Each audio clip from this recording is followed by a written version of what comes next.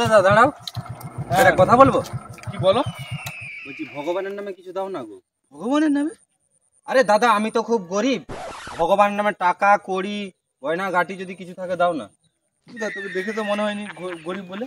আমাকে দেখতেই এরকম, আমি খুবই গরিব। আরে তুই তো ভালোই মুশকিল ফেলে, তোর আছে কি পয়সা দেওয়ার কি আছে?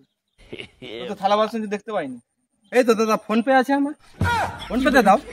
ফোন পে নিচে নাম ডুবো ফোন পে নিচে হ্যাঁ সাইকেলে স্ট্যান্ড করতে হবে। আচ্ছা স্ট্যান্ডটা করছি, তুমি তাহলে ফোন পেটা বার করো, আমাকে পয়সা দাও। তুই দাঁড়া আমি আসছি।